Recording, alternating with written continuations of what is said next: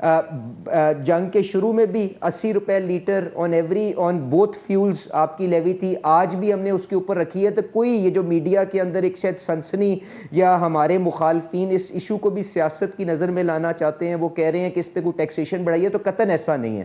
لیکن علی صاحب یہاں اگر میں ٹیکس اور پیٹرولیم لیوی کے بارے میں بات کروں تو ابھی بھی it is on the high side, کیونکہ ہمارا جو ریونیو کلیکشن ہے ابھی بھی شارٹ فال نظر آیا تھا پیٹرولیم لیوی کے, صرف اگر مد میں ہم دیکھیں ان دا لاسٹ ایئر, اور ابھی بھی اگر میں دیکھوں جو فگرز آ رہے ہیں 140 بلین کلیکٹ کرنے صرف جولائی میں.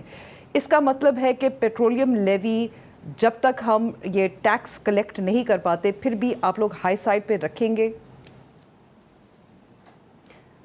امبر, یہ جو میں نے آپ سے خود ہی یہ بات آپ سے کر دی تھی کہ جنگ سے پہلے جو آپ نے لیوی کا جو سطح طے کی ہوئی تھی آج بھی اس کے اوپر برقرار ہے. It is 80 rupees per litre, اور یہ آپ کی بات اپنی جگہ جائز ہے کہ کیونکہ ہم نے IMF فریم ورک کے اندر ایک خسارے کا ٹارگٹ ان کے ساتھ طے کیا ہوا ہے, اور FBR اگر ٹارگٹ پورا بھی کر لے تو ہمیں اس کے باوجود بھی لیوی کے اوپر اور انڈائریکٹ ٹیکسیشن کے اوپر انحصار کرنا پڑتا ہے, کیونکہ شاید ہم اپنی اکانومی کو ڈاکیومنٹیشن کے اندر اس طرح سے نہیں لے کے جا سکے, اور اس کے بعد جب FBR کی سلپیجز آتی ہیں تو آپ کے خسارے کا بائنڈنگ کنسٹرینٹ ہوتا ہے, تو آپ کو لیوی بڑھانی پڑتی ہے. تو that problem is absolutely there, and I accept کہ لیوی جو آپ یا کوئی بھی انڈائریکٹ ٹیکسیشن جو ہوتی ہے وہ ریگریسو ہوتی ہے, غریب آدمی پہ اس کا بوجھ زیادہ ہوتا ہے, بٹ یہ تو کیلیبریشن ریکیلیبریشن تو امبر ہمیں کوئی میڈیم ٹرم کے اندر کرنی پڑے گی نا. تو رخ اگر آپ دیکھیں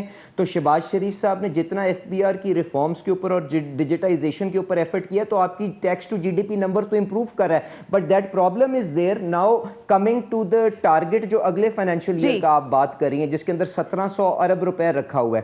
دیکھیں اس میں جہاں تک میں نے فائنانس کی ٹیم سے پوچھا ہے, کیونکہ لیوی کے ساتھ تو میرا باضابطہ تو کوئی ایز سچ اس کے اندر انوالومنٹ نہیں ہے, نہ ٹارگٹ سیٹنگ کے اندر نہ وہ وسائل کے اوپر, اٹ از اے بجٹری میجر. تو جہاں تک میں نے ان سے پوچھا ہے ان کا حساب جو ہے وہ انہوں نے یہی پروجیکٹ کیا ہے کہ 80 روپیز پر لیٹر پہ جب پرائسز کم ہوں گی تو تھوڑی سی ڈیمانڈ کے اندر کیونکہ الاسٹیسٹی ہوتی ہے, لوگوں کی کنزمپشن بہتر ہوگی, تو اس کے اوپر they will be able to recover that entire amount. اور اس سال کیونکہ 1500 ارب تو ہم لیوی سے اکٹھا کر لیں گے, تو انہوں نے اس بیسس کے اوپر 1700 ارب آگے رکھی ہے. It should be reduced, absolutely correct, but اس کے لیے جو بجٹ میکنگ کے جو ہمارے بجٹ بنانے کے اندر جو لوگ انوالوڈ ہوتے ہیں, فائنانس ڈویژن, FBR, میرے خیال سے ان سے بہتر جواب آپ کو ملے گا. ٹھیک ہے, لیکن یعنی کہ آپ کا علی صاحب کہنے کا مقصد یہ ہے کہ FBR کی جو کوتاہیاں ہیں اس کی سزا پاکستانی عوام دے رہی ہے, غریب لوگ دے رہے ہیں. مثال کے طور پر اگر ہم دیکھیں ابھی بھی آپ نے ہائی آکٹین پر ٹیکس کوئی 305 روپے سے کم کر کے 91 روپے کر دیا ہے, اور جو موٹر بائک چلانے والے ہیں ہر لیٹر پر تقریباً 67 روپے لیوی دے رہے ہیں. تو ایسا لگتا ہے کہ ایلیٹ کلاس کے لیے زیادہ ریلیف ہے اور جو غریب طبقہ جو موٹر بائک چلاتے ہیں ان کے لیے کم. امبر, میرے خیال سے یہ مناسب نہیں ہے جو آپ نے حقائق یہاں پہ شیئر کیے ہیں, کیونکہ میں نے اپنے ہاتھ سے ان کو لکھا ہے اور وزیر اعظم صاحب سے اپروو کروایا ہے. تو پیٹرول کے اوپر جو ایک عام آدمی کی موٹر سائیکل کے اندر ڈلتا ہے اور جو ڈیزل جو آپ کی پبلک ٹرانسپورٹ ریلوے کے لیے استعمال ہوتا ہے اس پہ پیٹرولیم لیوی 80 روپے پر لیٹر ہے. اور میں نے جو ابھی سمری اپروو کروائی ہے اس کے اندر ہائی آکٹین, اس کے اوپر جو لیوی کی سطح ہے وہ پیٹرول کی لیوی پلس 25 روپے کے اوپر اپروو کروائی ہے. تو آج بھی اس سے زیادہ ہے, پر کیونکہ آپ کا جب لیوی کے اندر کچھ ہمارے چاہنے والوں کا خیال تھا کہ شاید یہ بڑی گاڑیوں میں ڈلتا ہے اور اس کے اوپر آپ جتنا مرضی ڈال دیں فرق کوئی نہیں پڑے گا, تو وہ اس کی جب یہ 300 روپے کی اس کے اوپر لیوی لگائی گئی تو اس کے اوپر جو ہماری کلیکشن 50 کروڑ روپے ہفتے کی ہوتی تھی نا امبر, وہ گر کے 20 لاکھ روپے ہفتے کے اوپر آ گئی تھی. تو حکومت کو اتنا بڑا نقصان ہو رہا تھا کیونکہ لوگوں نے سبسٹیٹیوٹ کر کے پیٹرول استعمال کرنا شروع کر دیا تھا. تو اس کو کریکٹ کیا گیا ہے, بٹ آئی وڈ سجیسٹ کہ آپ اپنی ریسرچ ٹیم کو ذرا یہ حقائق دوبارہ چیک کروا لیں. سمری سیز پیٹرول کی لیوی پلس 25 روپے پر litre, which means it is still the highest as compare to the other fuels. ٹھیک ہے, یہ آپ نے اس کی کلیئرٹی دے دی. اب آپ نے جو ایک اسکیم متعارف کروائی تھی وہ تھی 2000 روپے ماہانہ ریلیف پیکج تھا بائک یوزرز کے لیے. کیا یہ اسکیم اب بھی موجود ہے یا اس کو فیز آؤٹ کر دیا جائے گا یا ختم کر دیا جائے گا؟ دیکھیں یہ جو ریلیف تھی وہ پہلے وفاقی حکومت نے شروع میں تو آپ جانتی ہیں بلینکٹ سبسڈیز کے ذریعے تقریباً 130 ارب روپے کی ریلیف عوام کو دی تھی جب یہ طوفان مہنگائی کا جنگ کی وجہ سے آیا تھا، اور کیونکہ وسائل محدود تھے اس کے بعد آپ نے ری اورینٹیٹ کیا تھا اس ساری سبسڈی کی اسکیم کو صوبوں کی مدد کے ساتھ مل کے، کیونکہ یہ جو موٹر سائیکلسٹ وغیرہ کا ایکسائز کا ریکارڈ ہوتا ہے یہ تو صوبائی حکومتوں کے پاس ہوتا ہے، تو آپ نے اس وقت طے کیا تھا کہ اگر 1 لیٹر کے اوپر میں 100 روپے آپ کو کسی موٹر سائیکلسٹ کو ریلیف دوں تو 20 دن اس کو اگر دفتر جانا پڑتا ہے تو 2000 روپے کی ریلیف کا ہمیں اس کو ڈائریکٹلی ای والیٹس کے ذریعے اس کے اکاؤنٹ میں ٹرانسفر کر دینا چاہیے. تو جن نے اپنا ایکسائز کا ڈیٹا شیئر کیا ان کو یہ پیسے منتقل ہو گئے، اور اس کو جو فائنینشیل ایئر جو اب اختتام پہ جا رہا ہے، چند دنوں میں اختتام پہ ہو رہا ہے، اس کے اوپر شاید اس کو کنکلوڈ کر دیا جائے گا. پر اس کے جو حتمی فیصلہ ہے وہ ڈپٹی پرائم منسٹر صاحب، کیونکہ یہ جو ڈسپرسمنٹ کی کمیٹی ہے جس کے اندر موٹر سائیکلسٹ کو بھی بڑے جو ٹرانسپورٹ کی جو گاڑیاں ہیں ان کے اوپر بھی، ریلوے کے لیے بھی یہ پوری اسکیم کو رن کر رہے ہیں، تو وہ صوبوں کی مشاورت کے ساتھ اس کے اوپر حتمی فیصلہ لیں گے. بٹ میرا خیال ہے اب پرائسز ہیو ریسیڈڈ اور ہمیں اپنے وسائل کا رخ جو ڈیولپمنٹ کی چیزیں ہیں اور باقی کے معاملات کے اوپر کرنا چاہیے، کیونکہ اب چیزیں واپس نارمیلٹی کی طرف جا رہی ہیں. ٹھیک ہے، آل رائٹ. اب ایران اور امریکہ کے درمیان جو معاہدہ طے پایا ہے فریجائل ہے، جیسے آپ نے بھی بات کی، ابھی حتمی شکل نظر نہیں آئی. آئل پرائسز پھر بھی ابھی گریں گے، رائز کریں گے، تو آپ کیا سمجھتے ہیں کہ یہ جو اس دوران ہم انٹیسپیٹ کیا کریں اگلے ہفتے، اس کے بعد جو ریزروز ہمارے پاس نہیں تھے اس کو انشور کرنا، یقینی بنانا کہ ریزروز ہمارے پاس ہوں؟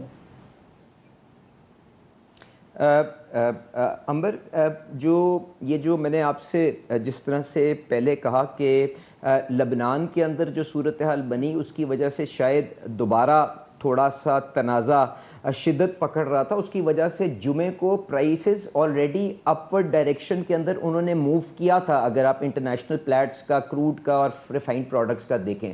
اب اس کے بعد جو ہمارا کردار تھا وہ میں نے اس کی طرف بھی اشارہ کیا. محسن نقوی صاحب آج ایران کے اندر ہیں اور ہمارے جو دوست ہیں جن کے درمیان یہ تنازع تھا ان کو یہ معاملے کو پیسیفائی کرنے کے لیے بھرپور کوشش کر رہے ہیں. ڈپٹی پرائم منسٹر صاحب بھی ایجپٹ کی طرف روانہ ہو چکے ہوئے ہیں. وزیر اعظم صاحب کی بھی جو پرائم منسٹر سعودی عربیہ کے ہیں ان سے بات ہوئی ہے. تو we are trying to resolve this conflict and امید رکھتے ہیں کہ مارکیٹس کے اندر اگر کوئی بہت زیادہ کمی نہیں تو اس میں کوئی بڑھاوا بھی نہیں آئے گا. بٹ دا پوائنٹ ریمینز امبر کہ ہم توانائی کی اپنی ساری ضرورت امپورٹس کے ذریعے میٹ کرتے ہیں. اگر ہم نے ایک ذمہ دار انداز کے اندر وہ کام نہیں کرنا جو 2022 میں ایک اور حکومت نے عمران خان صاحب کی قیادت میں کیا تھا کہ آپ اتنا سستا تیل بیچنا شروع کر دیں کہ آپ کے خسارے بے قابو ہو جائیں اور پاکستان دوبارہ دیوالیہ پن کی طرف چلا جائے, تو we will do what we have to what any responsible state would do. اور جہاں تک آپ نے بات کی ذخائر وہ مس اسٹیٹمنٹ کیا, اس کو ایک عجیب قسم کا رخ دے دیا گیا تھا. میں نے اس وقت بھی کہا تھا کہ ذخائر ہمارے پاس موجود ہیں, وہ کمرشل ریزروز ہیں, ہمارے پاس اسٹریٹجک ریزروز نہیں ہیں. تو آج بھی ہمارے پاس کمرشل ریزروز کمفرٹیبل ہیں, بٹ کیونکہ یہ ایک ڈائنامک چیز ہوتی ہے تو اگر پرائسز بڑھیں گی تو آپ کو ذخائر ہونے کے باوجود بھی آپ کو قیمتیں بڑھانی پڑیں گی, کیونکہ ریپلیسمنٹ مالیکول آپ کو مہنگا لینا پڑے گا. اور اس وقت لوگوں نے بات کی کہ پتہ نہیں شاید کمپنیوں کو کتنا فائدہ دے دیا گیا جب 55 روپے کی قیمت بڑھائی گئی, تو آج دیکھ لیں ان کے پاس مہنگا مالیکول پڑا ہوا ہے تو قیمت کو گرا بھی تو دیا گیا نا. تو یہ چیزیں آٹومیٹکلی بیلنس آؤٹ کر جاتی ہیں, کیونکہ آپ کے یہ ایک لائسنس کا تقاضا ہے کہ آپ نے ایک سرٹن سٹاک کو مینٹین کرنا ہے. اسی طرح دنیا کے اندر نظام چلتا ہے. اور ہم جو میڈیم ٹرم کے اندر اپنی انرجی سیکیورٹی کے اوپر کیا کام کر رہے ہیں, اگر آپ کی اس میں بھی دلچسپی ہوئی تو میں وہ آپ کو بالکل وہ بھی پروگرام بتا دوں گا. تو the government remains vigilant. اگر ورسٹ آف کرائسس کے اندر قلت نہیں آنے دی تو آپ تسلی رکھیں, آپ کے ویورز تسلی رکھیں, شہباز شریف صاحب انشاءاللہ کسی قسم کی تکلیف اس وقت بھی نہیں آنے دیں گے. نہیں, اس میں کوئی شک نہیں ہے کہ یہ جو کرائسس مینجمنٹ ہے آپ کی حکومت نے مظاہرہ کیا ہے کہ مینج کر سکتے ہیں, لیکن ظاہر ہے آگے کی بھی سوچنی ہے. ایک اور جو معاملہ اسٹریٹ آف ہارموز کی بندش کی وجہ سے جو سامنے آیا تھا وہ تھا LNG کا معاملہ. جو ہم قطر سے حاصل کرتے تھے وہ نہیں لے پا رہے تھے, مہنگے اسپاٹ کارگوز پر انحصار کر رہے تھے. فریجائل پیس ہے, لیکن ہم سوال جو میں آپ سے کرنا چاہ رہی ہوں کہ ہم کتنے ایکسپیکٹ کر سکتے ہیں کہ ابھی تک تو اسٹریٹ آف ہارموز کھلا ہوا ہے, کیا کارگوز لوڈ ہو چکے ہیں قطر سے, what is the planning, what is coming next? اچھا, یہ جو ایل این جی کا معاملہ ہے امبر, اس میں پہلے let me place on record my appreciation for my counter part, میرے اس طرح وہ بھائیوں کی طرح ہیں, سعد الکابی صاحب جو قطر کے انرجی منسٹر ہیں. یقین مانیں یہ جو پیچھے 2-3 مہینے کا وقت گزرا ہے اس کے اندر ان کو جب بھی ہم نے پاکستان نے کوئی آسک کی ہے تو انہوں نے اس کو مور دین فورتھ کمنگ انہوں نے اس کے اوپر ہمیں رسپانس دیا ہے. اور اس کی وجہ سے بندش میں جب ہم نے وہ ایکسیس کی پرمیشنز بھی لی تو 4-5 جہاز قطر نے ہمیں, کیونکہ ہماری بجلی کی کھپت بہت بڑھ رہی تھی گرمی کی وجہ سے, انہوں نے سستی ترین قیمت کے اوپر اپنے لانگ ٹرم کانٹریکٹس کی بنا کے اوپر ہمیں سپلائی کی ہے. اور جس کی وجہ سے آپ نے دیکھا ہے کوئی بہت زیادہ لوڈ شیڈنگ یا بہت زیادہ کوئی چیلنج نہیں آیا. اور اویس لغاری صاحب نے بھی اس کو اکنالج کیا ہے کہ قیمتوں کے اندر بڑھاوا بھی ہم کنٹرول کر سکیں ہیں. اب اس کے بعد قطر کے ساتھ اب یہ ریلیشن شپ کس طرح آگے چلے گی, اور اگر کوئی ڈیفیسٹ آتا ہے تو ہم نے ایک آدھا اسپاٹ مارکیٹ سے بھی کارگو لیا تھا, ہم اس کو بھی لے کے عوام کو تکلیف سے انسولیٹ رکھیں گے. اینڈ آپ مائنڈ یو امبر کے جو ہماری لوکل اپ اسٹریم کی کمپنیز ہیں جو لوکل گیس جو سپلائی کرتی ہیں, انہوں نے بھی 300-400 MMCFD اپنی ڈیمانڈ, اپنی پروڈکشن بڑھا کے اس ڈیمانڈ کو جو تھی اضافی اس کو میٹ کیا ہے. اور آپ نے کسی قسم کی بڑی تکلیف اتنے بڑے ایک کرائسس کے درمیان بھی نہیں دیکھی. تو میں آپ کو again on the gas sector بھی آپ کو یہ یقین دہانی کرواتا ہوں کہ نہ قیمتوں کے اندر نہ سپلائی کے اندر کوئی آپ بڑا خلل دیکھیں گی, اور انشاءاللہ تعالی حکومت اپنی گردشی قرضے کے اوپر بھی قابو رکھتے ہوئے ایک اچھے انداز کے اندر اس معاملے کو بھی آگے لے کے چلے گی.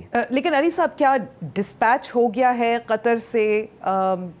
کیا ہم اسپاٹ انتظار کر رہے ہیں اسپاٹ, کیونکہ ہم نے اس وقت نہیں بیڈنگ کی تھی کچھ دن قبل؟ نہیں, میں نے آپ کو بتایا کہ ایک تو جہاز قطر کا اس وقت بھی آپ کے ٹرمینل پہ لگا ہوا ہے, اور اس کے مطابق جو ہمیں ضرورت ہوتی ہے اس کے مطابق وہ ہمیں سپلائی کر رہے ہیں. تو ہم as a matter of adequate precaution ہم ٹینڈر کرتے ہیں کہ اگر کسی جگہ ہرمز میں کوئی پرابلم آ جائے تو یہ نہ ہو کہ ہمارے پاس گیس نہ ہو, تو ہم اس کو کوآرڈینیٹ کر کے اپنی کمپنیز کے درمیان, قطر انرجی کے درمیان, پی ایس او کے درمیان, we will make sure that the people of Pakistan are not challenged with dearth of gas supplies in this challenging weather. ٹھیک ہے, تو ہمارے پاس قطر سے اس وقت موجود ہے, ٹرمینل پہ موجود ہے, ہم انتظار کر رہے ہیں, اف وی نیڈ اٹ پھر ہم اسپاٹ کی طرف جائیں گے. دس از واٹ آئی انڈرسٹوڈ. جی بالکل, کیونکہ دیکھیں آپ کا جو لانگ ٹرم سپلائی پہ آ رہا ہے وہ آپ کا $10-12 پر MMBTU کا پارسل آ رہا ہے. اگر آپ اسپاٹ پہ لیتے ہیں تو $18-19 کے اوپر آتا ہے. مہنگا ہوتا ہے, millions of dollars if not hundreds of millions of dollars. تو حکومت شہباز شریف صاحب کی جس حد تک ہو سکتا ہے ایک ایک وسائل کو اکانومائز آپٹیمائز کر کے کم سے کم بوجھ رکھتے ہوئے اس نظام کو چلانے کی کوشش کر رہی ہے ان ٹائمز آف ایکسیپشنل والیٹیلٹی. ٹھیک ہے, اب اس کا لانگ ٹرم سلوشن آپ بتا سکتے ہیں, کیونکہ یہ ہمیں نظر آیا ہے کہ جب ایران اور امریکہ کے درمیان تنازعہ چل رہا تھا تو اسٹریٹ آف ہارموز کا جو راستہ ہے وہ ونریبل ہے, جس کی وجہ سے پاکستان کی چاہے پیٹرول چاہے گیس یہ سب تمام چیزیں انسیکیور ہو جاتی ہیں. سو لانگ ٹرم سلوشن آپ نے لوکل گیس کی بات کی, اس کے حوالے سے کچھ تفصیلات بتا سکتے ہیں, کیونکہ جہاں ہمیں نظر آتے ہیں کہ گیس ریزروز گیس مل سکتی ہے, بلوچستان ہو گیا, خیبر پختونخوا ہو گیا, وہاں ہمارے پاس سیکیورٹی کے کنسرنز ہیں. امبر, ایک تو آپ نے بالکل صحیح اس خطرے کی نشاندہی کی ہے کہ پاکستان کا جو انرجی کے لیے جو ڈپینڈنس ہے آن اسٹریٹ آف ہرمز وہ ایک بہت بڑا کانسنٹریشن رسک کی شکل کے اندر آگے آیا ہے، اس کو میٹیگیٹ کرنے کی ضرورت ہے. پر ایک بات ضرور یاد رکھیے گا کہ ہم جو مرضی میٹیگیٹنگ فیکٹرز بلڈ کریں وہ اور کرنے بھی چاہیے، اور میں اس کی طرف آ جاؤں گا. آپ کو پراکسیمٹی کی وجہ سے ہمیشہ سستا ایندھن اسٹریٹ آف ہرمز کے ذریعے یا اپنے ہمسایوں سے ہی مل سکتا ہے، کیونکہ اس کے اندر لاجسٹکس کی بھی ایک کاسٹ ہوتی ہے. But not with standing that ہمیں جو چیز کرنے کی ضرورت ہے وہ یہ ہے کہ اپنی انرجی سیکیورٹی کی جو ساری کی ساری انوائرمنٹ ہے اس کو ریویو کرنا چاہیے. اور اس کے اوپر میں نے وزیر اعظم صاحب کو، فیلڈ مارشل صاحب کو 2-3 پریزنٹیشنز بھی دی ہیں اور اس کے اوپر بھرپور کام بھی شروع ہو گیا ہے. Now what is that energy security paradigm, میں آپ کو وہ بھی آپ کے سامنے پیش کر دیتا ہوں. دیکھیں اس کے 3 بنیادی جو ہے آپ کے پلرز ہیں.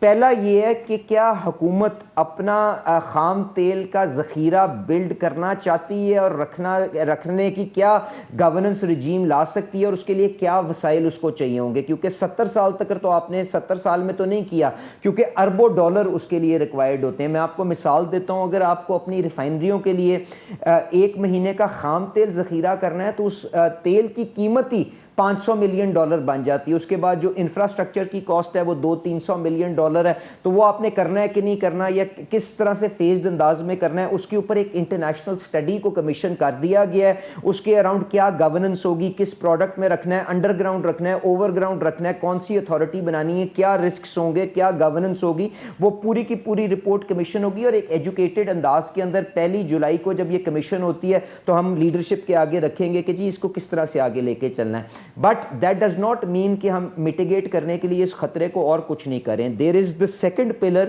وچ از کمرشل ریزروز، جو ہم نے ہسٹوریکلی جن کے اوپر ریلائی کیا. تو ہم یہ بھی دیکھ رہے ہیں کہ او ایم سیز اور ریفائنریز کو اپنے لائسنسز کے تقاضے کے اندر کتنا ذخیرہ رکھنا چاہیے، کیا اس کو بڑھانا چاہیے، ان کو ایڈیکویٹلی کمپنسیٹ کرنا چاہیے. اینڈ دوسری مور امپورٹنٹلی کہ کیا ہم انٹرنیشنل ٹریڈرز کو، کمپنیز کو، حکومتوں کو جو اسٹریٹ آف ہرمز کے رسک کو میٹیگیٹ کرنا چاہتی ہیں. آپ قطر کو دیکھیں، ان کی پوری سپلائی بند ہو گئی تھی، کویت کی پوری سپلائی بند ہو گئی تھی. کیا ہم ان کو ایز اے ڈائیورسفیکیشن اسٹریٹجی ایک بانڈڈ اسکیم دے سکتے ہیں جس کے اندر وہ اپنی تیل کا ذخیرہ پاکستان میں رکھیں، پاکستان کو کوئی ٹیکس نہ دیں، پاکستان کے ساتھ اس کی کوئی انٹینگلمنٹ نہ ہو، پر اگر خدا نہ خواستہ ایمرجنسی ہو تو پاکستانی حکومت کے پاس یہ رائٹ ہو کہ آپ ان سے یہ خرید سکتے ہیں کہ نہیں خرید سکتے. تو اس کے لیے بھی ان کی مشاورت کے ساتھ، انٹرنیشنل ٹریڈرز کی مشاورت کے ساتھ ایک بانڈڈ اسکیم بنا لی ہے.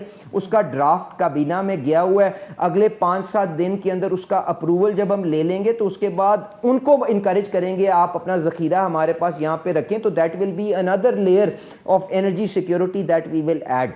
Then the third thing is Amber کہ آپ نے اپنے مقامی گیس اور تیل کے جو ذخائر ہیں اس کو ٹیپ کرنے کے لیے، اس کو فلیکسیبل بنانے کے لیے آپ کیا کر سکتے ہیں.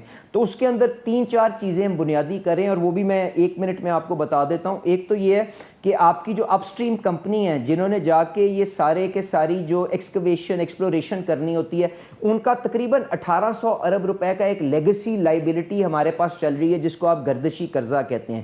اس کو پے آف کرنے کے لیے جب آپ ایک اسکیم بنائی گئی ہے جو آئی ایم ایف کے ساتھ مشاورت کے ساتھ اب کنکلوژن کی طرف جا رہی ہے. اس کے بعد جب یہ پیسہ ان کو دیں گے تو ان کو یہ انکریج کیا جا رہا ہے کہ آپ مقامی جو آپ کے یہاں پہ ذخائر ہیں اس کو اور زیادہ ایکسپلور کرنے کے لیے اپنی ایکٹیویٹیز کو پک اپ کریں. تو اپ اسٹریم کے اندر یہ کام ہو رہا ہے. مڈ اسٹریم کے اندر آپ کی جو ریفائنری ہیں جو آپ جانتی ہیں بالکل لاگڑ ہو چکی ہوئی ہیں، جو صرف سویٹ کروڈ گلف کا پروسیس کر سکتی ہیں، جن سے یہ جو ہارڈ کروڈ ہوتا ہے، ساور کروڈ ہوتا ہے، پروسیس کرنے کی کیپیسٹی نہیں ہے، ان کی بھی اپ گریڈیشن کی پالیسی کو فائنلائز کر دیا. کیبنٹ کے اندر کمنٹس کے لیے گئی ہوئی، اگلے 5-7 دن کے اندر اپروو ہو کے $6 بلین کی انویسٹمنٹ کو چینلائز کرنے کی کوشش کی جائے گی کہ اپ گریڈڈ آپ کی ریفائنریاں 5 آ جائیں، جس کو آپ براؤن فیلڈ ریفائنری اپ گریڈیشن کی پالیسی کہہ رہے ہیں. اس کے ساتھ ساتھ پورا گیس سیکٹر جو ہے ورلڈ بینک کی مدد کے ساتھ آپ اس کو انبنڈل کر رہے ہیں کہ جی پائپ آپ کا انفراسٹرکچر بزنس علیحدہ کر دیں، انرجی بزنس علیحدہ کر دیں، لوگ خود ہی پروڈکٹ لے کے خود ہی بیچیں، ٹولنگ ٹیرف دیں. تو وہ بھی ایک رجیم کو فائنلائز کیا جا رہا ہے. اینڈ لاسٹلی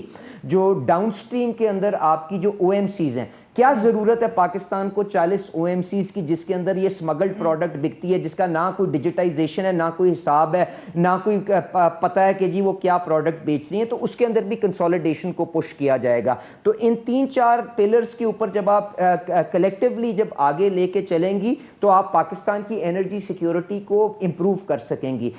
بٹ امبر اس کو اپنی کیونکہ جگہ آپ نے پہ علی میں صاحب ایک کافی چیز سارے جو نکات اس پہ جو بات کی آپ کے جی، کیونکہ کئی سوالات جو ہیں میرے پاس اس سے ریلیٹڈ بھی ہیں. آپ کی جی ضرور آپ کر لیں، سوری میں ٹھیک ہے. اگر ایک ایک کر کے میں بات کر سکوں، آپ نے ہمسائے ملک ممالک کی بھی بات کی. اب ایران کے ساتھ جو تعلقات ہمارے اچھے ہو گئے ہیں بہت عرصے کے بعد، جو اس وقت انرجی سرکلز میں بات ہو رہی ہے ایران گیس پائپ لائن کی، کیا وہ ریئلسٹک ہے؟ کیا اس کی فائنانسنگ، اس کی جو ہمارے اینڈ پہ جو پائپ لائن بنے گی اس کے لیے کوئی سوچ ہے؟ از دیر اینی پش اور any planning? Amber, it is a project that is very much on our radar. پر اس وقت تو وہ آربیٹریشن کے اندر پیرس کی ایک عدالت کے اندر ہے. تو ہم بیہائنڈ دا سین ضرور کوشش کر رہے ہیں کہ ان کے ساتھ اس معاملے کو ایک اچھے انداز کے اندر طے کر لیں اور اپنے آپ کو ایز این انرجی کوریڈور ہم پوزیشن کریں اور اس پروجیکٹ کو آگے لے کے چل سکیں. بٹ ایک چیز آپ ضرور یاد میں رکھیے گا کہ یہ جو انرجی ہے یہ تقریباً لگ بھگ اسی پرائس پوائنٹ کی ہے جس کے اوپر آپ کو امپورٹڈ LNG قطر سے آ رہی ہے.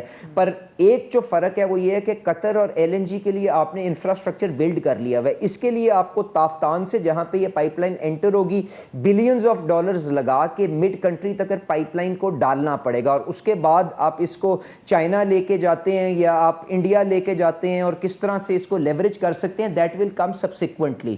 ٹھیک ہے. تو آپ کا کہنا ہے علی صاحب کہ کیا ہم جو ایران کے ساتھ جو بات چیت ہے وہ پینلٹی سے بچنے کی ہے؟ کیونکہ جیسے آپ نے کہا کہ اس وقت آربیٹریشن میں معاملات چل رہے ہیں. دیکھیں میں نے آپ سے صرف یہ کہا کہ اب ایران کے ساتھ جو برادرانہ تعلق اب حافظ منیر صاحب اور پرائم منسٹر صاحب کی جو کاوشوں سے ہوا ہے اس کے بعد مناسب نہیں ہے کہ ہم لٹیگیٹ کریں اس معاملے کو. تو we will do everything that it takes to settle this matter out of court and اس کے بعد ایک ون ون سچویشن کو بنانے کی کوشش کریں گے وائل انشورنگ کہ پاکستان کی انرجی باسکٹ کے اندر سستا ترین ایندھن ہم انجیکٹ کر سکیں. ٹھیک ہے. تو آپ کا یہ کہنا ہے کہ ظاہر ہے کیونکہ لیگل اور ایران پر ابھی سینکشنز لاگو ہیں انٹرنیشنل معاملات کی وجہ سے، اس کے علاوہ پائپ لائن کی جو کو بنانا ہے اس کی فائنانسنگ اور پرائسنگ بھی اتنی کم نہیں ہوگی جتنا لوگ اینٹیسپیٹ کر رہے ہیں. کیا یہ پروجیکٹ کہہ سکتے ہیں کہ اب فیزیبل نہیں رہا؟ نہیں بالکل نہیں. دیکھیں اب انٹائر جو انرجی کی پیراڈائم ہے امبر، کیونکہ جو آپ کی مفاہمتی یادداشت ہے اس کے اندر یہ چیز بڑی کلیئرلی لکھی ہوئی ہے کہ ایران کو سینکشن فری اپنی پروڈکٹ بین الاقوامی منڈیوں میں لانے کی اجازت ہوگی اور جو اگریمنٹ کے اندر سیمنٹ ہو جائے گی. پر اس سے پہلے بھی آپ امریکہ جو ہے اس کے اوپر ویورز ایکسٹینڈ کرے گا. تو because of that fresh induction of supply in the energy markets تو پرائسز سافٹ ہو گئی ہوئی ہیں. تو اب اس ساری کی ساری چیز کو ہم اپنے بھائیوں کے ساتھ ایرانی بھائیوں کے ساتھ بیٹھ کے ہمیں کورٹ کے اندر جو لٹیگیشن ہے اس کو بھی سیٹل کرنے کی ضرورت ہے، پرائسنگ کو بھی ریویو کرنے کی ضرورت ہے اور اس کے بعد جو فائنانسنگ کی جو گیپ ہے وہ کس طرح سے مل کے پورا کرنا ہے اس کو بھی ریویو کرنے کی ضرورت ہے. تو we will positively engage in good spirit and try to see کہ ہماری جو انرجی جو باسکٹ ہے اس کے اندر جو ایرانین گیس سپلائی ہے وہ کہاں پہ بیٹھتی ہے. پر اس کے علاوہ دیکھیں آپ کو خام تیل بھی ایران سپلائی کر سکتا ہے. اس کے علاوہ LPG کا بہت بڑا سورس ان کے پاس موجود ہے.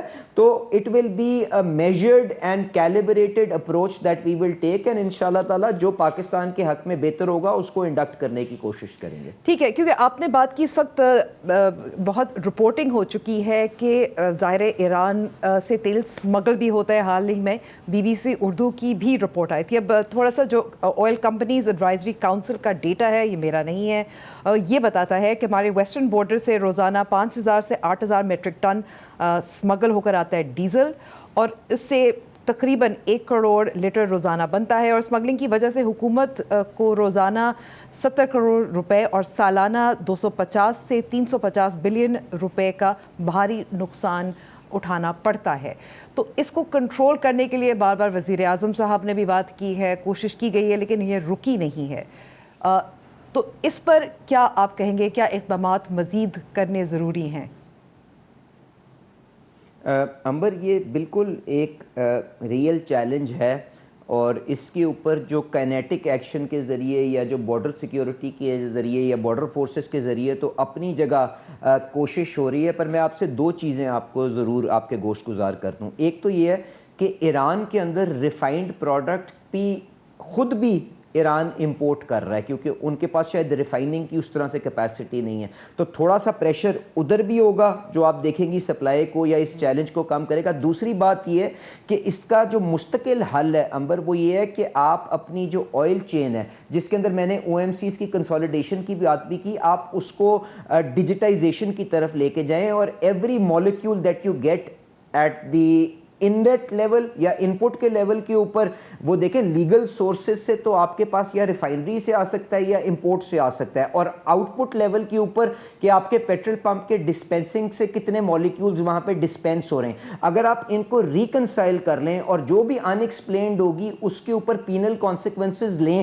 تو it can be settled in a matter of months. تو یہ ڈیجیٹائزیشن ٹیکنالوجی کے ذریعے ہی اس کا پرماننٹ حل نکلے گا، اور آپ بالکل ٹھیک کہہ رہی ہیں کیونکہ 80 روپے کی تو لیوی ہے، پھر کسٹم ڈیوٹی کا معاملہ ہے، تو اس کا ایک بہت بڑا ریونیو کا بھی ایک امپیکٹ ہے۔ اسی لیے وزیر اعظم صاحب نے اوگرا کو ڈیجیٹائزیشن، جس کے اندر نوزلز کی بھی ڈیجیٹائزیشن، اے ٹی جیز لگانا اور انلیٹ کی والیومز کو ریکنسائل کرنے کا پروجیکٹ دے دیا ہوا ہے، اور اس کے اوپر 1-2 مہینے کے اندر آپ کافی پیش رفت دیکھیں گی، کیونکہ جو ڈیلرز کی جو مارجن کی انکریز ہے، جو او ایم سیز کے مارجن کی انکریز ہے، وزیر اعظم صاحب نے اس کو بھی ڈیجیٹائزیشن کے ساتھ نتھی کر دیا ہوا ہے۔ تو اوگرا چیئرمین کو اگر آپ اس سوال پہ پوچھیں تو he will give you a concrete road map that he has thrashed out in consultation with NLC، اور انشاءاللہ تعالیٰ اس کے اوپر عمل ہوگا تو یہ مینس کے اوپر بھی قابو پا لیا جائے۔ تو کیا او ایم سیز کی طرف سے کوئی ریزسٹنس یا مزاحمت آ رہی ہے ڈیجیٹائزیشن پر؟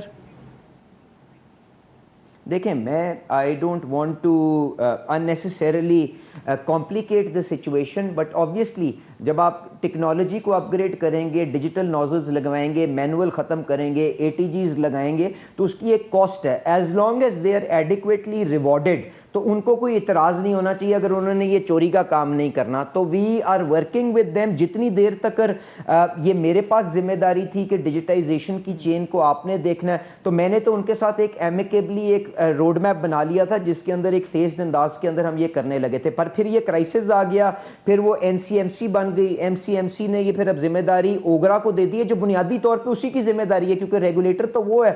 تو اب I think the best answer and the best person to respond to this would be the OGRA chairman. چلے، بہت بہت شکریہ ہمیں وقت دینے کا علی پرویز ملک صاحب۔ اسلام آباد کے عالیشان سرکاری کمروں میں جب کوئی سرگرمی ہوتی ہے تو کہانی صرف اس ایک دستخط پر ختم نہیں ہوتی جو فائل پر دکھتی ہے۔